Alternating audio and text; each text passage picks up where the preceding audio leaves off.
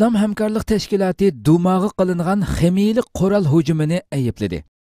9 aprel Türkiye Avaz Radyosu xabarda bildirilishicha, İslam Həmkarlıq Təşkilatı'nın baş katibi Yusuf bin Ahmed Al-Usayma yozma bayonotida Asad hokimiyat tarafidan Suriyaning poytaxti Damashqqa qarashliq Sharqiy G'utaning Duma nahiyasiga qilingan ximiylik qoral hujumini ayıpladı. Bayonotda ximiylik qoral hujumining begunoh fuqarolarning hayotidan ayrilishini keltirib chiqarganligi, buning xalqaro qonun va eng odatdagi insoniy prinsiplarga zid ekanligi, Bashar Asadning aholilar rayonlarini va mudofiasiz fuqarolarga qaratgan hujumlarini davomlashtirishda ching turishini ayiblaydiganligi. Asad hokimiyati shanba kuni kechda muhosira ostidagi Sharqiy G'utaning o'ktikilarning kontrolligidagi oxirgi nuqtasi Duma nahiyasining aholilar rayoniga ximiylik qoral ishlatib hujum qilib 78 fuqaroning jiniga zomin bo'lganligi, shundaqla yuzlarcha kishining gazdan zaharlanishiga sabab bo'lganligi bildirildi. Yana bir tarafdan Amerika Qo'shma Shtatlarining BDTda turishliq doimiy vakolatxonasi yozim bayonot e'lon qilib, BDT Xavfsizlik kengashi Fransiya, Angliya, Amerika Qo'shma Shtatlari va kengashning muvaqqat a'zolaridan Pil tishi qirg'iqi, Gollandiya, Peru, Polsha, Kuvayt va Shvetsiyaning talabiga asosan 9 aprel dushanba kuni, ya'ni bugun Asad hokimiyatining Sharqiy G'utaning Duma nahiyasiga elib borgan ximiylik qoral hujumi munosabati bilan Birlashgan Davlatlar Tashkiloti Xavfsizlik kengashida jiddiy yig'in chaqirishni qaror qilganligini bildirdi. Sharq Turkistonda Xitoyga qarshi qo'zg'olon yuz berdi temasidagi xabarga jiddiy o'zgartish. Istiqlol televiziyamiz 7 aprel tarqatgan Sharq Turkistonda Xitoyga qarshi qo'zg'olon yuz berdi mavzuliq xabarga tuvandagidek tuzish beramiz. Mazkur xabar aslida 2013-yili Qozog'iston televiziyasi tarqatgan Sharq Turkistonning Lukchun nahiyasida yuz bergan xabarga aloqador xabar bo'lib, xabarning silliq ko'rinishi WhatsApp orqali tarqalganligi va bundan bir qancha kun burun yozma shaklda vatanning Oltay rayonida qozoq qarindoshlarimizning bir harakat elib borganligiga, ammo uchuq xabar ilinolmayotganligiga oid xabarlar bo'lganligi uchun shundaqli guruhlardagi xabarni tasdiqlaydigan ovozli uchurlarning tarqalishi sababli xabarning manbasini chunqur tekshirmaslar shu kungi kundalik xabarimizga ulgurtish aldirashligi bilan e'lon qilib salganligimiz uchun butun xalqimizdan samimiylik bilan kechirim so'raymiz. Hurmat bilan Istiqlol televiziyasi idorasi. Gilgit xalqi Xitoyning yo'lsizligidan g'azablandi. 8 aprel Deccan Chronicle xabarda bildirilishicha, Gilgit xalqi, ya'ni Pokiston kontrolligidagi Kashmir xalqi Xitoyning Gilgit o'lkasi Baltistonlik kishilar bilan to'y qilgan Uyg'ur ayollarni terrorchi tuhmati bilan qo'lga olganligiga g'azablanib, siyosiy muzokara yig'ini ochdi. Muzokara yig'inida Xitoyning qonunsiz va yo'lsiz harakatlari muzokara qilingan hamda Xitoydan Xitoy turmasida qamalgan 50 necha Uyg'ur ayolni darhol qo'yib berish talab qilinish bilan birga Pokiston hukumatidan Xitoyga 1 yil savdo cheklamasi qo'yish talab qilindi.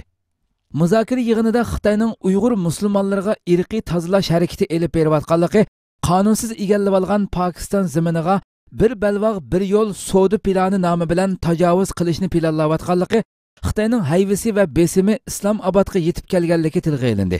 Muzokara yig'ini ochilgan yig'in zalining temaga Xitoy bir balvoq bir yo'l savdo plani nomi bilan Pokistonga tajovuz qilib kirdi degan xatlar yozilgan.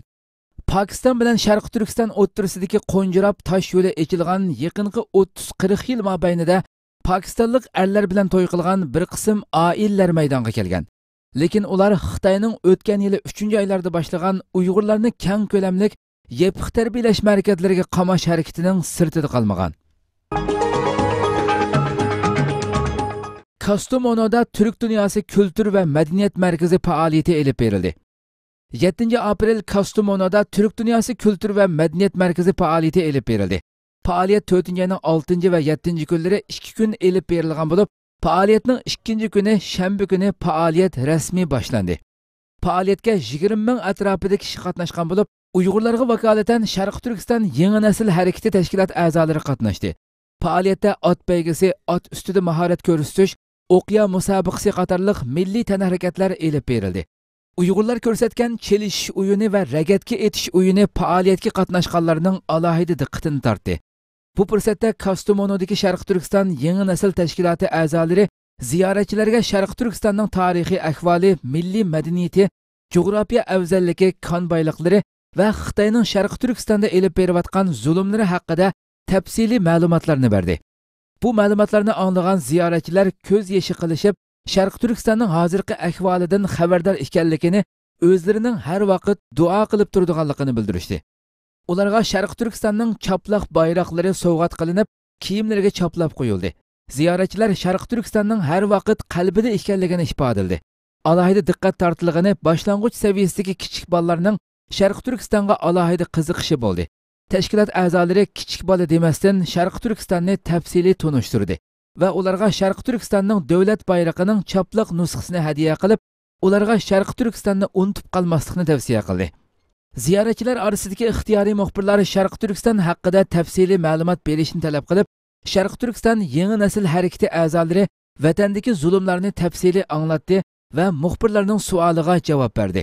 Faoliyatga Cumhur Rais Recep Tayyip Erdoğan'ning o'g'li Bilal Erdo'g'an va Kastamonuning rahbarlari hamda nurg'unlagan davlat kattalari qatnashdi. Bilal Erdo'g'an bilan Kastamonu rahbarlari oldi bilan Sharq Turkiston yangi nasl harakati qurgan chidirni ziyorat qildi.